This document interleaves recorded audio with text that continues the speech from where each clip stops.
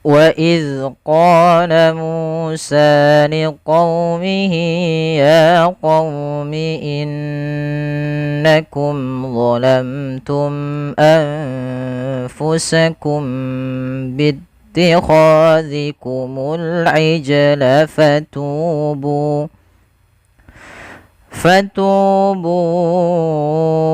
إلى بارئكم فاقتلوا أنفسكم ذلكم خير لكم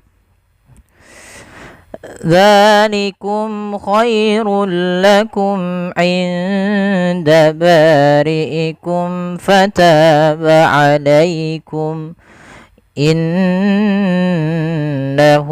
هو التواب الرحيم. Bismillah.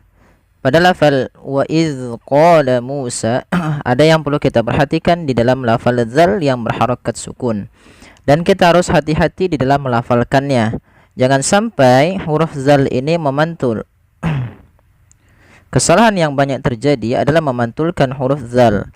Padahal huruf dzal ini tidak boleh ada pantulannya di dalam melafalkannya. Yang kedua, hati-hati yaitu dalam melafalkan huruf dzal jangan sampai kita rubah menjadi huruf zai. Contohnya yang pertama, wa iz qala itu memantul zalnya.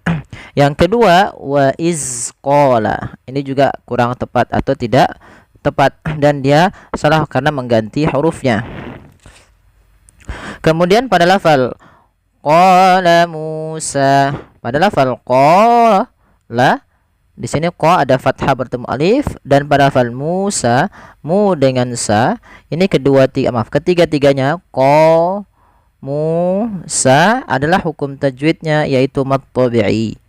Karena mad tabi'i itu terjadi dengan tiga kondisi: fathah ketemu alif, kasrahnya ketemu ya, dan dhammah ketemu waw. Qa bertemu alif, mu bertemu waw, sa bertemu alif. Maka dia panjangnya berapa harakat? 2 harakat, dan harus sama panjangnya qa, mu, dan sa. Jangan sampai kita membedakan di lafal mad tabi'i yang satunya terlalu panjang, yang satunya terlalu pendek. Misalkan wa iz qala Musa, nah, ini kan kepanjangan, cukup 2 harakat saja. Wa iz qala Musa.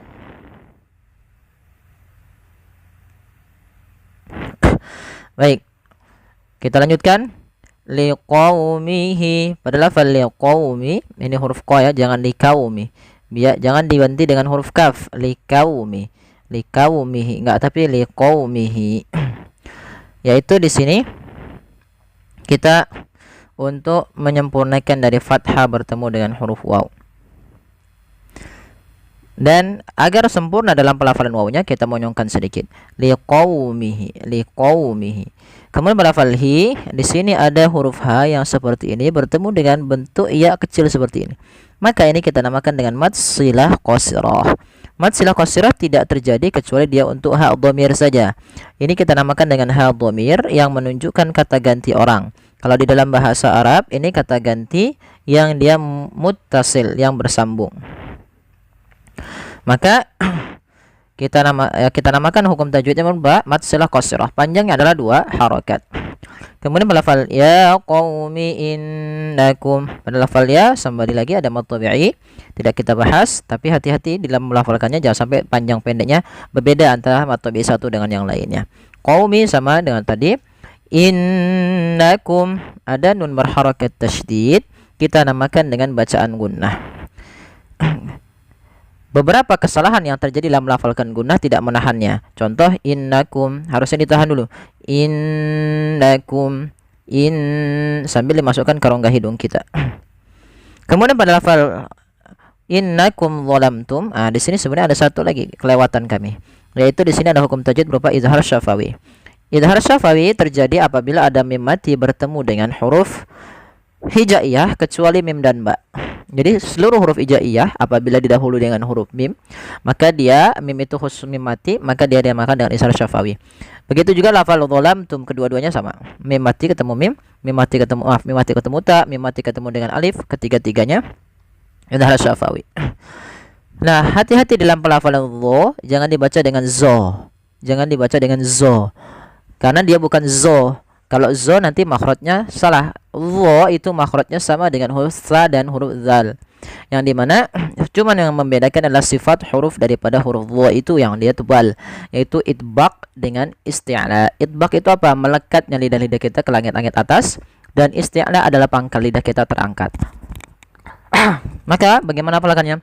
Lo, lo, lo, bukan zo. Innakum zalamtum anfusakum. Kemudian di lafal anfusakum ada bacaan berupa ikhfa. Adanya nun sukun bertemu dengan huruf fa, yang dimana nunnya disamarkan ke huruf fa. Nunnya disamarkan ke huruf fa, jangan diganti. Ya, jangan anfusakum. Pada dasarnya kita baca anfusakum karena ketemu dengan fa, fa-nya disamarkan ke huruf nunnya disamarkan ke huruf fa. Maka anfu sambil ditahan dengan 2 harakat. Kemudian melafal kum bittikhazikumul ijla. Ada lafal mim mati bertemu dengan huruf ba. Maka ini kita namakan dengan ikhfa syafawi, bukan izhar. Ikhfa syafawi terjadi ketika ada huruf mim bertemu dengan huruf ba. Ini kita namakan dengan ikhfa syafawi. Cara membacanya, suara mimnya harus ditahan, tidak sebagaimana izhar yang tidak boleh ditahan suara mimnya. Maka di sini anfusakum bittikhadhi. Nah, seperti itu. Jadi harus kita kita tahan suara mimnya. Kemudian melafal bittikha, ini langsung kata bittikhazikumul ijla. Hati-hati dalam melafal zi-nya, dan di sini ada melafal kha, ada mad tabi'i, fathah bertemu alif. Zikumul ijla. Alif lam pada lafal al ijla, ini alif lam qamariyah. Sudah kita bahas ya. Itu alif lam yang kita tulis dan kita baca dengan jelas. Kemudian pada lafal ijla ada bacaan, yaitu bacaan qalqalah. Apa itu qalqalah? Qalqalah pantulan. Maka kesalahan dalam membaca qalqalah itu tidak mantul, teman-teman.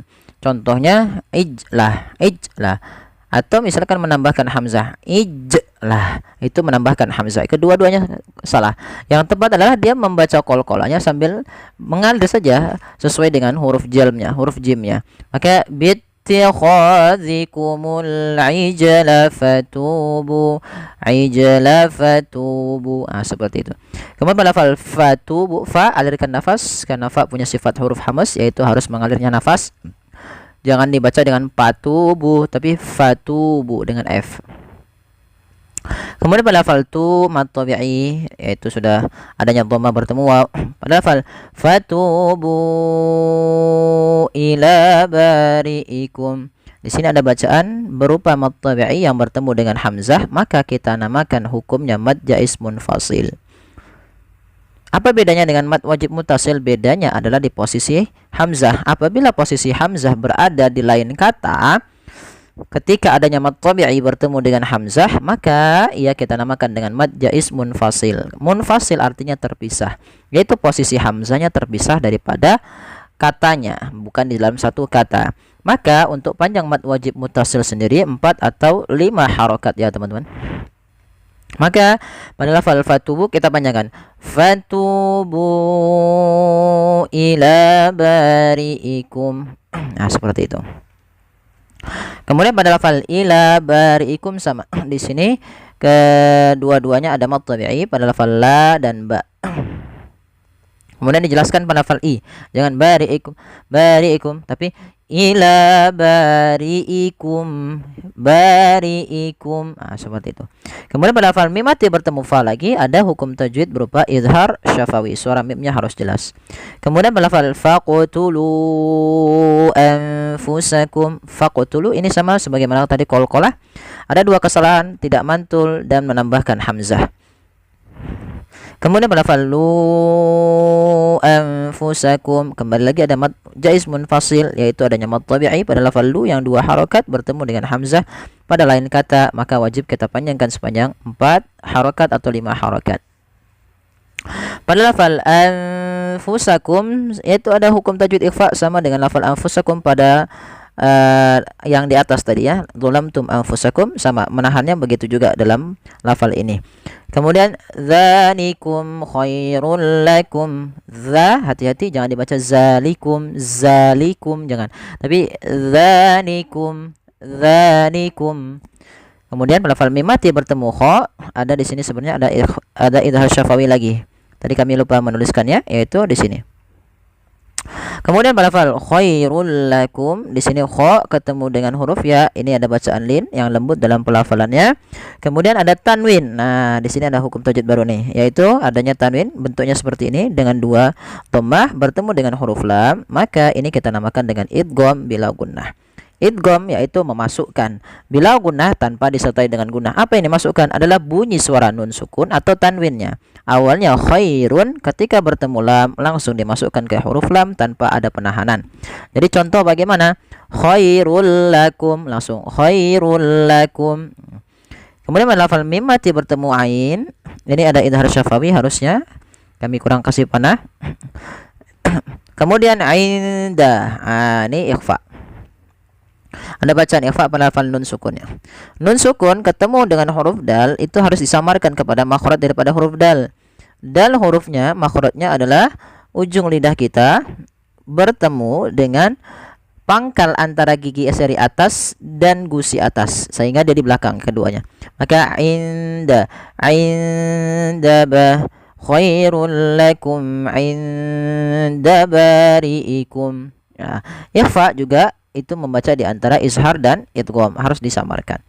Kemudian lafal bari'ikum fataba alaikum, sama ba mat tabi'i, ri'ikum mim mati bertemu fa, ada tadi sudah kita bahas, yaitu maaf ini salah, bukan ikhfa syafawi, maaf teman-teman. Di sini adalah izhar syafawi. Ya, maaf salah teman-teman. Di sini ada bacaan izhar syafawi. Kemudian fataba alaikum, pada lafal ta di sini ada mat tabi'i yaitu bertemu dengan alif, panjangnya 2 harakat. Kemudian pada lafal alaikum. Kemudian kita waqaf pada lafal huruf jim. Kemudian innahu huwat tawwabur rahim. Pada lafal hu di sini ada baca mat silah qasrah sebagaimana liqaumihi tadi. Tapi sebelum itu pada lafal nun berharakat tasydid ada bacaan gunnah, yang dimana suara nunnya wajib kita tahan. Kesalahan terjadi tidak menahannya. Contoh innahu huwat tawwabur rahim, harusnya innahu huwat tawwabur rahim. Kemudian pada lafal mat silah qasrah di sini dipanjangkan 2 harakat juga. Huwa, bedakan hu yang pertama dan yang kedua. Kemudian huwat tawwabur rahim. Pada lafal at-tawwab dan ar-rahim kedua-duanya ada alif lam, dan alif lam di sini kita namakan dengan alif lam syamsiyah, yaitu alif lam yang diidghamkan dan dimasukkan ke huruf setelahnya dan dia tidak dibaca. Pada lafal tawwabu ada mat tabi'i, dan lafal ar-rahim ada bacaan mat arid disukun, yaitu mat yang terjadi ketika adanya sukun yang diwaqafkan atau adanya huruf yang ketika waqaf kemudian disukunkan dan sebelumnya ada huruf mad. Di sini huruf mad yaitu berupa ya dan bertemu dengan huruf mim yang disukunkan menjadi ar-rahim. Dasarnya ar-rahimu karena kita waqaf menjadi ar-rahim. Nah, inilah yang kita namakan dengan mad arid disukun, yaitu panjangnya kita boleh memanjangkan 2 harakat, boleh pula 4 harakat, boleh pula 6 harakat. Baik, kita coba ulang dari ayat awal. وَإِذْ قَالَ مُوسَى لِقَوْمِهِ يَا قَوْمِ إِنَّكُمْ ظَلَمْتُمْ أَنفُسَكُمْ بِاتِّخَاذِكُمُ الْعِجْلَ فَتُوبُوا إِلَى بَارِئِكُمْ فَاقْتُلُوا أَنفُسَكُمْ ذَلِكُمْ خَيْرٌ لَكُمْ عِندَ بَارِئِكُمْ فَتَابَ عَلَيْكُمْ إِنَّهُ هُوَ التَّوَّابُ الرَّحِيمُ. صدق الله العظيم. Alhamdulillah kita telah menyelesaikan bacaan Al-Quran kita dan pembelajaran kita pada ayat ini. Semoga yang sedikit ini bisa bermanfaat bagi teman-teman sekalian. Mohon bantuannya untuk like, share, dan subscribe. Terima kasih. Jazakumullahu khairan.